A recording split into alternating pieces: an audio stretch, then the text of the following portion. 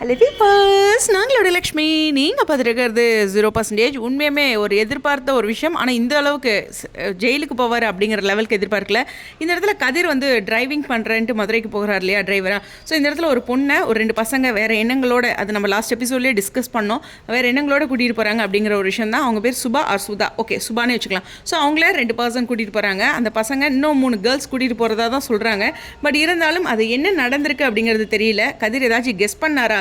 அதாவது இந்த 3 பொண்ணுங்களும் மறுபடியும் ஏறினாங்களா ஏறலையா அப்படிங்கிற ஒரு விஷயம் இருக்குது. அடுத்து வந்து இவங்க கதிர் வந்து ஏதாச்சும் கொஞ்சம் அவங்கக்கிட்ட டவுட் வந்து அவர் கவனிப்பாருன்னு நினச்சேன். அந்த மாதிரி ஒரு விஷயமும் அவங்க பண்ணலையாட்டிருக்கு.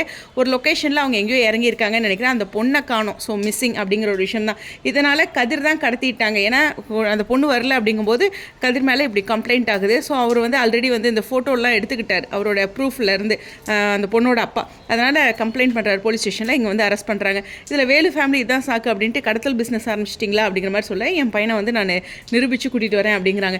இப்போ இதில் என்ன மாதிரியான நகர்வுகள் வரும் அப்படிங்கிற ஒரு விஷயம் இருக்குது. இதில் ராஜியோட சப்போர்ட் என்ன, ஃபேமிலியோட சப்போர்ட் என்ன அப்படிங்கிறது இருக்குது. அட்லீஸ்ட் ஒரு எபிசோட், மண்டே எபிசோட் பார்த்தோன்னா நமக்கு ஒரு ஐடியா கிடச்சிரும். இருந்தாலும் இது ஒரு பரபரப்பான ஒரு கதை. இது பற்றி என்ன ஏது அப்படிங்கிற ஒரு விஷயத்த கதிர் வந்து வீட்டில் இருக்க பர்சன்கிட்ட, ஐ திங்க் சரவணன் செந்தில் அவங்ககிட்ட கொஞ்சம் டிஸ்கஸ் பண்ணும்போது, ஜெயிலில் இருக்கும்போது தான் டிஸ்கஸ் பண்ணும்போது ஒரு ஐடியா கிடைக்கும் அப்படின்னு நினைக்கிறேன். எனிவேஸ், ஒரு ட்விஸ்டட் ட்ராக் என்ன நடக்கும் அப்படிங்கிற ஒரு எதிர்பார்ப்பு இருக்குது. ஹோப் மண்டே எபிசோடில் நமக்கு ஒரு கிளாரிட்டி கிடைக்கும் அப்படின்னு நினைக்கிறேன். உங்களுடைய கருத்துக்கள் ஸ்டேடியம்.